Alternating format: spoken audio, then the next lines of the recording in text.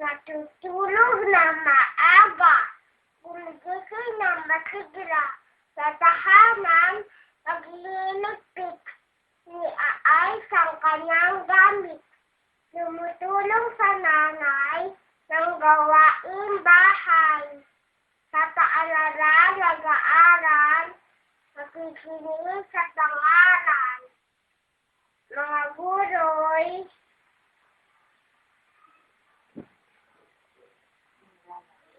gumagala.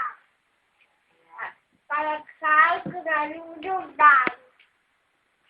Like words, I say good morning when I wake up. I say good night when I sleep. Please may I borrow, please may I pass. I'm sorry, may I pass.